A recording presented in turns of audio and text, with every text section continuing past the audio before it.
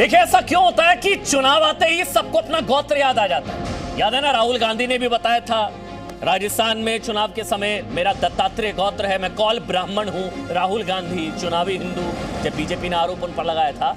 और अब बड़ी खबर इस वक्त की यह है कि ममता बनर्जी ने भी चुनाव प्रचार के आखिरी घंटे में, क्योंकि दूसरे चरण का चुनाव प्रचार 5 बजे खत्म, और उससे आखिरी घंटे में ममता बनर्जी ने अपना गोत्र बता दिया। अब आप समझ जाइए, चुनाव आया, गोत्र याद आया, शांडिल्य गोत्र। उन्होंने कहा कि मैं इस रैली में आने से पहले एक पुरोहित के पास गई। मैं पूरा पढ़ देता हूं उनका जो अक्षरशः जो उनका बयान है। उन्होंने कहा कि मैं इस पब्लिक मीटिंग में आने से पहले मैं मंदिर गई। ममता बनर्जी ने कहा, मैंने पुरोहित से पूछा मेरा गोत्र क्या है। ममता बनर्जी ये कह रही हैं कि ममता बनर्जी ने पुरोहित से पूछा मेरा गोत्र क्या है। फिर मैंने कहा मेरा है मां माटी मानुष, वैसे मैं शांडिल्य गोत्र की हूं। मतलब ममता बनर्जी ने भी अपना गोत्र अब बता दिया, क्योंकि नंदीग्राम की लड़ाई है और बहुत ही टफ बैटल है नंदीग्राम में। ममता बनर्जी खुद एक्सेप्ट भी कर चुकी हैं कि मुश्किल लड़ाई, फिर भी मैं वहां पर इसलिए लड़ी क्योंकि मुझे बहन बेटियों को बचाना है। मतलब टफ बैटल ममता बनर्जी जानती हैं ये, इसलिए बीजेपी नेताओं को फोन भी उन्होंने किया, वो भी वायरल हुआ था ऑडियो, जिसमें वो वोट के लिए बात कर रही थी। और अब चुनाव प्रचार का आखिरी घंटा, क्योंकि अब 1 तारीख को नंदीग्राम में वोट, और आखिरी दांव चल दिया ममता बनर्जी ने।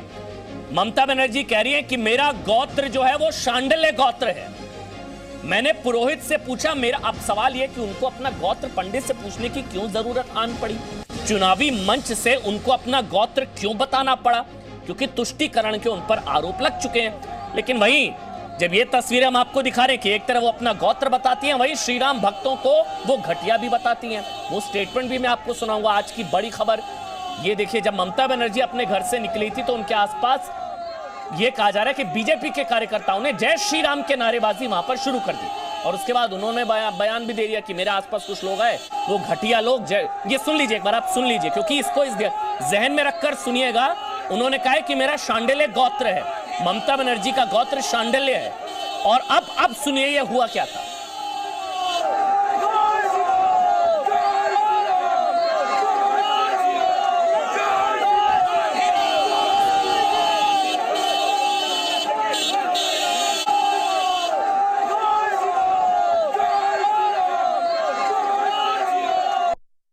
এই যে আমি আসছিলাম সকালে, কয়েকটা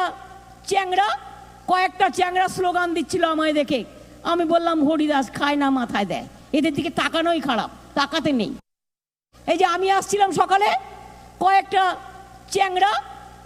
চ্যাংড়া স্লোগান দিচ্ছিল আমায় দেখে। আমি বললাম হরিদাস খায় না মাথায় দেয়, এদের দিকে তাকানোই খারাপ, তাকাতে নেই। तो ममता बनर्जी ने अपना गोत्र बता दिया। देखिए, चुनाव है, दिलचस्प चुनाव है, चुनावी हिंदू अपनी जगह, और ये तमाम चीजें होंगी। मंदिर ममता में हमने आपको दिखाया था कि कैसे 16 मंदिर, लेकिन अब उन्होंने गोत्र बताया। आखिरकार यकीन मानिए, नंदीग्राम में चुनाव, कड़ा चुनाव, और उससे पहले ममता बनर्जी को अपना गोत्र बताना पड़ा। अब निजेश अवस्थी मुस्कुरा रहे हैं क्योंकि वो जान रहे हैं कि राहुल गांधी को भी अपना गोत्र बताना पड़ा था, दत्तात्रेय गोत्र, कौल ब्राह्मण। और अब नेताओं के गोत्र पता लगते हैं जब चुनाव आते हैं। अब निजेश अवस्थी आपको नजर आ रहे हैं। अब निजेश जी, आपका स्वागत है। और राकेश सिन्हा, जो कि बीजेपी के राज्यसभा सांसद हैं, सीनियर लीडर हैं, वो भी मेरे साथ इस वक्त लाइव जुड़ चुके हैं। टीएमसी के मेहमान हैं, कांग्रेस पार्टी से भी। लेकिन सबसे पहले राकेश जी, मैं आप ही से शुरू कर रहा हूं। ऐसा क्यों होता है कि चुनाव सर पर होते हैं तो गोत्र याद आता है? ममता बनर्जी का शांडिल्य गोत्र है और आप उनको कहते हैं तुष्टीकरण की महारानी और पता नहीं क्या क्या। शांडिल्य गोत्र है, समझ में आ गया अब आपको? राकेश जी, देखिए ममता बनर्जी ने अपने कैंपेन में नंदीग्राम में 24 मंदिरों में जाकर माथा टेका है। जो ममता बनर्जी 2017 में रामधेनु शब्द से इतना दुराग्रह रखती थी, इतना उनको लगता था ये शब्द पंथ निरपेक्षता के खिलाफ है, उसको रंग धनु कर दिया।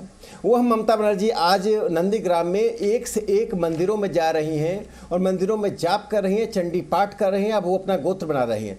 वास्तव में पश्चिम बंगाल में जो इस्लामीकरण की एक प्रक्रिया उन्होंने शुरू की और मुस्लिम तुष्टीकरण के आधार पर अपनी राजनीति को आगे बढ़ाया, अब ममता बनर्जी को यह अनुभूति हुई है कि पश्चिम बंगाल की जनता जग चुकी है।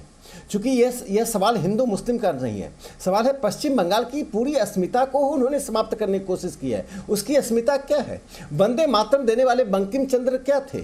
रविंद्रनाथ टैगोर क्या थे, राजनारायण राकेश जी, बसु हिंदू पता मेरा है, शुरू अब करने वाले थोड़ा क्या सा ना थे? इस इन सवाल को थोड़ा सभी इस की तरह से विरासत पूछता हूं मैं को आपसे। समाप्त करके ममता राकेश बनर्जी, जी, थोड़ा आपके लिए मुश्किल है। आप लोगों को लगता था कि हिंदू वोटों पर तो आपका एक अधिकार जी। है, आप लोगों का पेटेंट था ना, 70% हमारे, आपको लगता था ये। अब आप लोग उनको हिंदू विरोधी बताते थे, वो शांडिल्य गोत्र है उनका, वो दो दिन में 24-24 मंदिर जाती हैं। तो अब आपके 70% पर खतरा है, आप लोग घबराइए अब।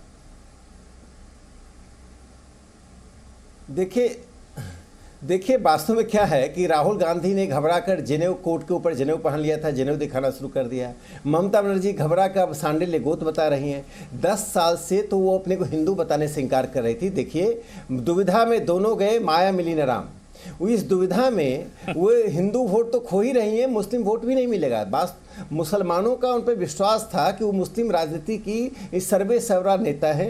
वो मस्जिदों में जाती थी, वो नमाज पढ़ते हुए अपने फोटो को गर्व से पोस्टर उसका छपता था। आज ममता बनर्जी मंदिर जा रही हैं तो मुसलमानों को भी लगा कि ये सारी राजनीति उनकी सिर्फ वोट की रणनीति थी, और वोट की रणनीति से देश नहीं चलता है। ममता बनर्जी का मैं दो बिंदु बताना चाहता हूं। मिलीना राम वाले पे कमेंट ले लेता हूं, टीएमसी से हैं। ध्रुवीकरण राकेश जी, डिबेट का मतलब होगा ना कि उनसे भी बात कर लेते हैं, क्योंकि आपने बोला ना माया मिली ना राम जी, 2 नाव में सवारी पड़ेगी ममता पर भारी, ना इधर की ना उधर की रहेंगी दीदी, ये बीजेपी कह रही है। विजय मिश्रा है, टीएमसी के प्रवक्ता हैं।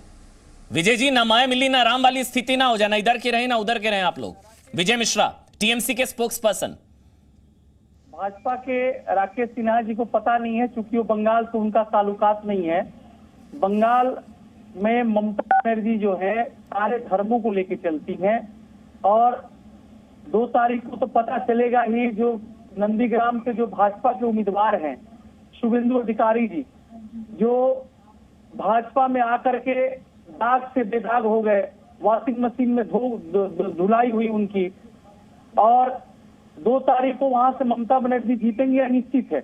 और ममता बनर्जी ही एक ऐसी नेत्री है कि जो मुस्लिम, हिंदू, मुस्लिम, सिख, ईसाई सारे लोगों को लेकर चलती है।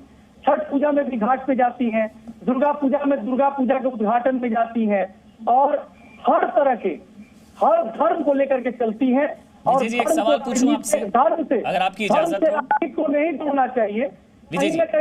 विजय जी, एक सवाल आपसे, अगर आपकी इजाजत हो। आप कब से जानते हैं ममता बनर्जी को, कितने समय से? साल, 2 साल, 5 साल, 10 साल? सुनिए, कब से जानते हैं? बात बताता हूँ।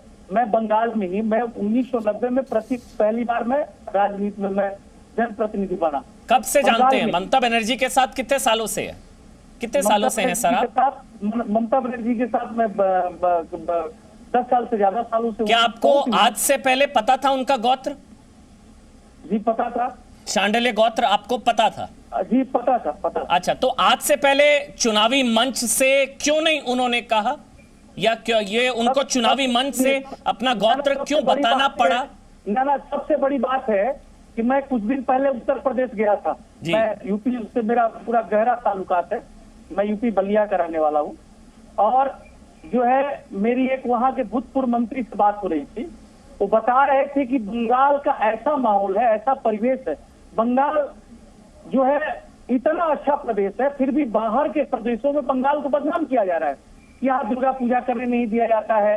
यहाँ जो है बहुत ही ऐसा मैंने आपको उदाहरण मिलेगा कि विसर्जन का जो है ना, जो मुस्लिम जो संप्रदाय के लोग हैं वो बाजा बजा करके माँ दुर्गा का जो है प्रस्थान करते हैं। विजय जी, आपने सवाल नहीं समझे। देखिए, कोई भी रिलीजन हर एक का पर्सनल मैटर होता है ना। मैं कोई होता हूं ना राकेश सिन्हा कोई होते हैं, वो उनका निजी मामला है। लेकिन चुनावी मंच से ये नौबत क्यों आई कि उनको अपना गोत्र बताना पड़ा? तुष्टीकरण के दाग भूल जाएंगे क्या? ये मेरा सवाल है विजय जी। मैं सबसे बड़ी बात एक आपसे बात करता हूँ, आप अदरवाइज ना ले इसको। हमेशा चुनाव जो है वो विकास पे होना चाहिए। हमेशा चुनाव जो है एक मुद्दे पे होना चाहिए। चुनाव को कभी भी धर्म से, राजनीति का कोई मतलब नहीं होना चाहिए। राजनीति की जगह पे है, धर्म की जगह। या ममता बनर्जी को सलाह दे रहे हैं ना? मैं ममता बनर्जी तो धर्म से राजनीति को जोड़ नहीं रही है, वो गोत्र बता रही है। सुनिए, नहीं, आप विजय जी देखिए, मैं बड़ा विजय जी, एक मैं ईमानदारी से बात करूंगा। विजय जी देखिए, यहाँ राकेश जी भी हैं पैनल पर।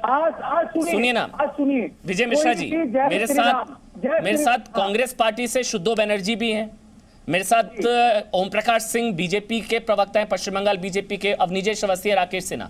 धर्म सबका बहुत ही पर्सनल मैटर होता है, निजी मामला होता है, लेकिन चुनावी मंच से अगर आप अपना गोत्र बताएंगे तो मेरा बस ये नौबत क्यों आई कि उनको अपना गोत्र बताना पड़ा? आप मेरा सवाल समझ रहे हैं? मैं दावे के साथ कहता हूं टीएमसी नेताओं को भी उनका गोत्र अब तक नहीं पता था। 11 साल 10-11 साल क्या नौबत आई कि उनको गोत्र बताना पड़ा? आपके माध्यम से मेरा राकेश सिन्हा जी से एक प्रश्न है कि जय श्री राम किसी भी राजनीतिक जुलूस हो, राजनीतिक कोई भी मीटिंग हो, राजनीतिक कोई भी जनसभा हो, उसमें जय श्री राम स्लोगन जो है क्या ये अच्छा है? अच्छा, गोत्र अच्छा है, जय श्री राम अच्छा नहीं हमारे आराध्य हैं। सुनिए, भगवान श्री राम हमारे आराध्य हैं। मैं जैसे सर सदस्यता चली जाएगी आपकी, ये सब मत बोलिए। क्या बोल रहे हैं? जल ग्रहण नहीं करता हूँ, बिना पूजा किए मैं जल ग्रहण नहीं करता हूँ। यह मेरी संस्कृति है। मेरा जो है, मेरे पूर्वज जो है, मैंने मुझे सिखाया है, उसी संस्कृति में मैं चलता हूँ। मैं इसका उत्तर देता हूँ। सब सोचने वाली बात है। ठीक है, नहीं ठीक है विजय जी, ये भाई पर्सनल मैटर है। बस मेरे को ये समझ में नहीं आया कि चुनाव प्रचार का आखिरी घंटा, नंदीग्राम की लड़ाई हाथ से निकलती हुई नजर आई, तो आखिरी घंटे में गोत्र वाला दाव चल दिया ममता बनर्जी ने। ये हर कोई जानता है सर, ये आप भी जानते हैं। ये गोत्र बताने की नौबत क्यों आई?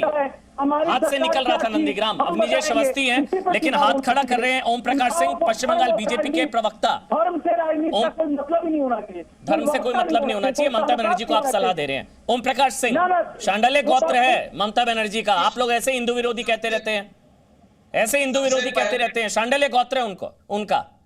सबसे पहले मैं यहाँ पर राकेश सिन्हा जी बड़े भाई हैं, हमारे अभिभावक हैं, उनको प्रणाम। विजय मिश्रा जी को भी प्रणाम, आपको भी प्रणाम। मैं इनसे पूछना चाहता हूँ, ये तो पूजा करके खाना खाते हैं, मैं इनसे जानना चाहता हूँ कि हमें ये बताया जाए कि ये क्या नहीं लगता कि वोट की मजबूरी है, हिंदू दिखना जरूरी है? अभी तो गोत्र बता रही है, चंडी पाठ कर रही है, देखिएगा 2 मई के बाद इनको मुंडन भी करवाना पड़ेगा। मुझे जवाब दिया जाए कि देशप्रियो पार्क के पूजा कमेटी को ये पुलिस जाके धमकी क्यों देती है कि तुम आज विसर्जन कर लो, 2 दिन बाद मुहर्रम है। मैं भी एक पूजा कमेटी का अध्यक्ष हूँ हावड़ा जिला में, चंद्रशेखर आजाद क्लब। क्यों मुझे ये लगता है कि जब रामनवमी जुलूस निकाला जाता है तो प्रदेश अध्यक्ष दिलीप घोष पे FIR होता है, सरस्वती पूजा के लिए हाईकोर्ट जाना पड़ता है, और मंच से आप अल्लाह अकबर करती, हमें कोई आपत्ति नहीं है। हमारे प्रधानमंत्री बोलते हैं सबका साथ सबका विकास, लेकिन जब मैं जय श्री राम बोलता हूँ, मैं इनसे पूछना चाहता हूँ किस विधान में लिखा है? तो ब्राह्मण है, पूजनीय है, कहाँ लिखा है कि जय श्री राम कहाँ नहीं बोलना चाहिए? भगवान राम तमिलनाडु में रमैया, जय श्री राम जो है किसी पार्टी का स्लोगन है? आप बोलिए कि जय श्री राम हमारे पार्टी का स्लोगन है। वंदे मातरम हमारा स्लोगन नहीं है, जय श्री राम स्लोगन है। ठीक है, कोई बात नहीं है। आप कोई भी पार्टी कोई भी स्लोगन रख सकती है।